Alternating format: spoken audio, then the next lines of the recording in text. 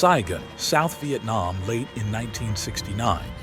U.S. Army Captain and Special Operations, veteran Benjamin L. Willard, played by Martin Sheen, has returned to Saigon on another combat tour during the Vietnam War, casually admitting that he is unable to rejoin society in the USA and that his marriage has broken up. He drinks heavily, chain smokes, and hallucinates alone in his room. One day, two military policemen arrive at Willard's Saigon apartment and, after cleaning him up, escort him to an officer's trailer where military intelligence officers Lieutenant General R. Corman, played by G.D. Spradlin, and Colonel Lucas, played by Harrison Ford, approach him with a top-secret assignment to follow the Nung River into the remote jungle, find rogue special forces, Colonel Walter E. Kurtz, played by Marlon Brando, and terminate his command with extreme prejudice. Kurtz apparently went insane and now commands his own Montagnard troops inside neutral Cambodia. They play a recording of Kurtz's voice, captured by Army intelligence, where Kurtz rambles about the destruction of the war and a snail crawling on the edge of a straight razor. Willard is flown by helicopter to Cam Ranh Bay and joins a Navy PBR commanded by Chief Phillips, played by Albert Hall, and crewman Lance, Sam Bottoms, Chef, played by Frederick Forrest, and Mr. Clean, played by Lawrence Fishburne. Willard narrates that the crew are mostly young soldiers. Chef is a chef from New Orleans. Clean is only 17 and from the South Bronx. Lance is a famous surfer from California. The chief is an experienced sailor who mentions that he'd previously brought another special operations soldier into the jungles of Vietnam on a similar mission and heard that the man committed suicide. As they travel down the coast to the mouth of the Nung River, Willard's voiceover reveals that hearing Kurtz's voice triggered a fascination with Kurtz himself. They rendezvous with reckless Lieutenant Colonel Bill Kilgore, played by Robert Duvall, a commander of an attack helicopter squadron, the infamous 1st of the 9th Air Cavalry, who initially scoffs at them. Kilgore befriends Lance, both being keen surfers, and agrees to escort them through the Viet Cong-filled coastal mouth of the Nung River due to the surfing conditions there. The next morning, Kilgore launches a brutal helicopter assault on the Viet Cong village amid air and napalm strikes on the locals and Ride of the Valkyries playing over the helicopter loudspeakers. The beach is taken, and Kilgore orders others to surf it amid enemy artillery fire. Kilgore nostalgically regales about a previous strike and reflects disappointed on how the war will end one day. Willard gathers the crew to the PBR, transported via helicopter, and begins the journey upriver. During the long journey that occupies the bulk of the story, Willard sifts further through the Kurtz dossier, learning that he was a model officer and possible future general. Back in 1964, after returning from a tour of duty in South Vietnam, the 38-year-old Kurtz had eschewed the promotion, applying several times for airborne training that he should have been too old to complete, and had sent a report to his superiors about the war that was deemed classified. Kurtz returned to South Vietnam in 1966 as a member of the Special Forces for another combat tour, which his fighting methods won victories against the enemy Viet Cong and North Vietnamese, but also drew criticism from his superior officers. By the late summer of 1968, Kurtz's combat patrols were coming under frequent ambush, which ended in November 1968 after Kurtz ordered his men to summarily execute 4 high-ranking South Vietnamese intelligence officials who he suspected were double agents for the Viet Cong. Despite the fact that the 4 executed Vietnamese were indeed revealed to be double agents, the U.S. Army charged Kurtz with murder for taking matters into his own hands instead of going through proper channels, which resulted in Kurtz and his Special Forces South Vietnamese Army fleeing into Cambodia. One evening, Willard accompanies Chef into the jungle to pick mangoes when they encounter a tiger. but they both make it back to the boat safely and continue on.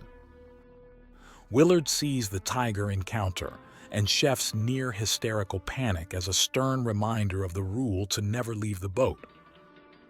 Another evening or two later, the crew visit a supply depot USO show featuring Playboy playmates, which goes awry when the servicemen attempt to assault the playmates, which the R&R to a quick end.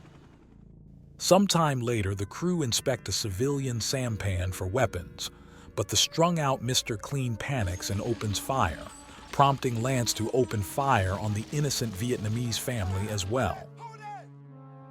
Amid the supplies on the boat, Chef finds a puppy. Lance harshly takes it from Chef and keeps it as a pet. When Chef finds one young woman alive, Willard coldly shoots her to prevent any further delay of his mission. Another night later, the crew reaches the chaos of the Du Lung Bridge, under attack by enemy forces.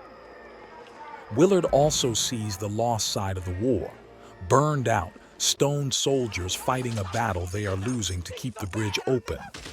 As the PBR crew leave, the bridge is once again destroyed by enemy shell fire.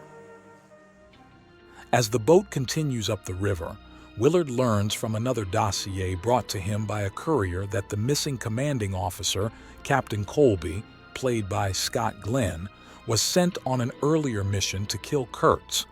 He'd sent a scrawled letter back to his family telling his wife to give up any hope of his return. Due to the disturbing nature of the letter, the Army had told his family he was simply missing. The next day, the boat is fired upon by an unseen enemy in the trees, killing Mr. Clean and making Chief even more hostile toward Willard. Another day or two later, the PBR is ambushed again, this time by Montagnard warriors as they cross the border into Cambodia. They return fire despite Willard's objections that the arrows fired on them aren't lethal. Chief is impaled with a spear and tries to kill Willard by trying to pull him onto the spearhead before dying. Afterward, Willard confides in the two surviving crew members, Chef and Lance, about the mission, and they reluctantly agree to continue upriver, where they find the banks littered with mutilated bodies. Arriving at Kurtz's outpost at last, in the camp, the soldiers are met by an American freelance photographer, played by Dennis Hopper, who manically praises Kurtz's genius. Willard also met Colby, who seems catatonic. Willard takes Lance with him to the village, leaving Chef behind with orders to call an airstrike on the village if they do not return. Willard is bound and brought before Kurtz in the darkened temple, where Kurtz derides him as an errand boy. Meanwhile, Chef prepares to call in the airstrike, but he is captured. Later imprisoned, Willard screams helplessly as Kurtz drops Chef's severed head into his lap. After some time, Willard is released and given the freedom of the compound. In another monologue sequence, the shadowy Kurtz lectures him on his theories of war, humanity, and civilization while praising the ruthlessness and dedication of the Viet Cong.